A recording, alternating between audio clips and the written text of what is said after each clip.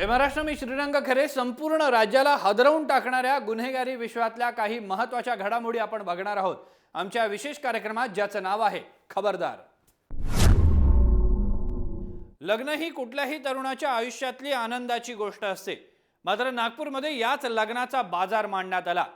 परराज्यातील तरुणांना लग्नाचं आमिष दाखवून त्यांना लाखो रुपयांचा गंडा घालणाऱ्या टोळीला नागपूर पोलिसांनी अटक केली आहे.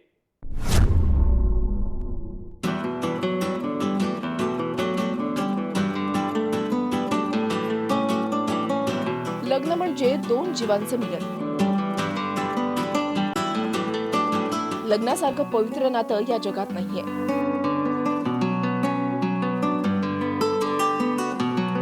पण या पवित्र नात्याला काही लोकांनी स्वार्थासाठी बट्टा लावलाय.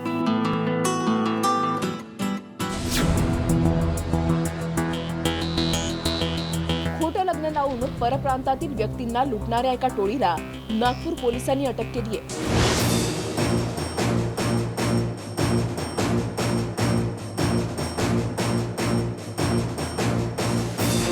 नागपूरच्या कळमणा पोलीस ठाण्यात उभे असलेले हे भामटे पहा.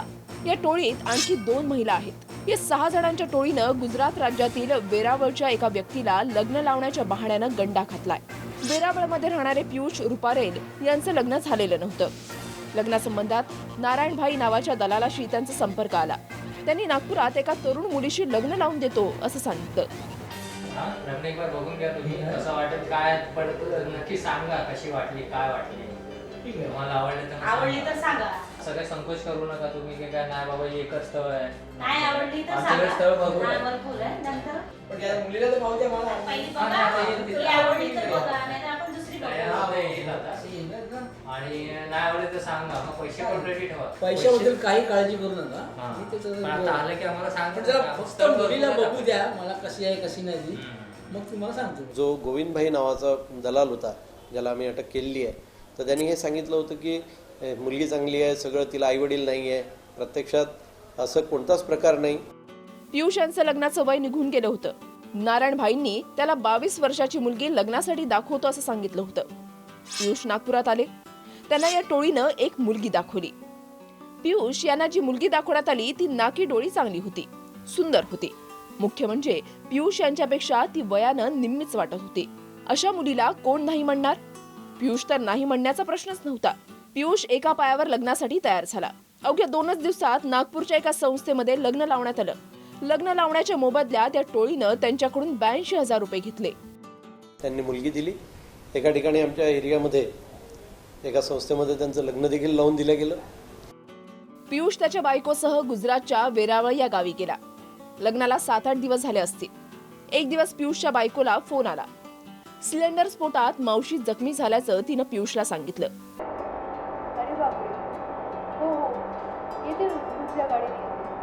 हो लवकरात लवकर. हो हो निघाले. पियुष त्याच्या बायकोला घेऊन नागपुरात आला. नागपूर स्टेशनला उतरल्यानंतर पियुषची बायको गायब झाली. आणि त्यानंतर तिने सांगितलं की माझी मावशी एका सिलेंडरच्या स्फोटामध्ये जळाली आहे आणि आपल्याला तिला भेटायला जायचं आहे. तर तो नवरा, मुलगा, मुलगी आणि त्या मुलाचे वडील असे 3 जण नागपूरच्या रेल्वे स्टेशनवर आले. या ठिकाणी आल्यानंतर, रेल्वे स्टेशनवर आल्यानंतर त्या मुलीने सांगितलं मला वॉशरूमला जायचं आहे. आणि ती आपली बॅग घेऊन ती वॉशरूमकडे गेली आणि त्यानंतर तिने स्विच ऑफ करून टाकला मोबाईल. पियुष आणि त्याच्या कुटुंबियांनी तिला शोधलं, मात्र ती सापडली नाही.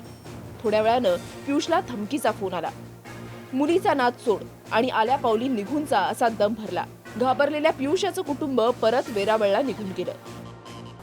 मग हे घाबरून, यांच्यासाठी नागपूर अगदी नवं होतं, हे घाबरून आपल्या गावाला निघून गेले, सोमनाथ जिल्ह्यामध्ये, जिथे वेरावळ नावाचं त्यांचं गाव आहे तिथे. पियुष वेरावळला गेला. तिथे पोलिसात तक्रार दाखल केली. गुजरात पोलिसांनी हे प्रकरण नागपुरात वर्ग केलं. नागपूर पोलिसांनी तक्रार दाखल केल्यानंतर पळून आलेल्या पियुषच्या बायकोसह 6 जणांना अटक केली आहे.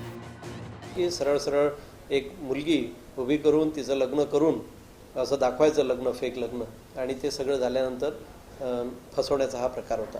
त्या अनुषंगाने मी आतापर्यंत 3 पुरुष आणि 3 महिला यांना अटक केलेली आहे. पोलीस तपासात धक्कादायक माहिती समोर आली आहे. ज्या मुलीशी लग्न लावून देण्यात आलं होतं ती मुलगी अल्पवयीन होती. दुसऱ्या एका मुलीचं सर्टिफिकेट दाखवून हे लग्न उरकण्यात आलं होतं. त्यांनी फक्त एक मुलगी उभी केली, ती अल्पवयीन आहे, म्हणजे 18 वर्षाला 4 महिने कमी आहे, पण तिचं वय त्यांनी 22 वर्षाचं एक दुसऱ्या मुलीचं सर्टिफिकेट तिथे जोडलेलं होतं. या टोळीनं आणखी काही लोकांना लग्नाच्या नावाखाली गंडा घातल्याचा पोलिसांचा संशय आहे. पोलीस या दिशेनं तपास करत आहेत.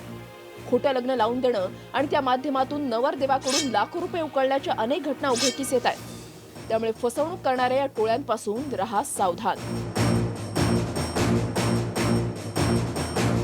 विजय दिघे, जय महाराष्ट्र, नागपूर.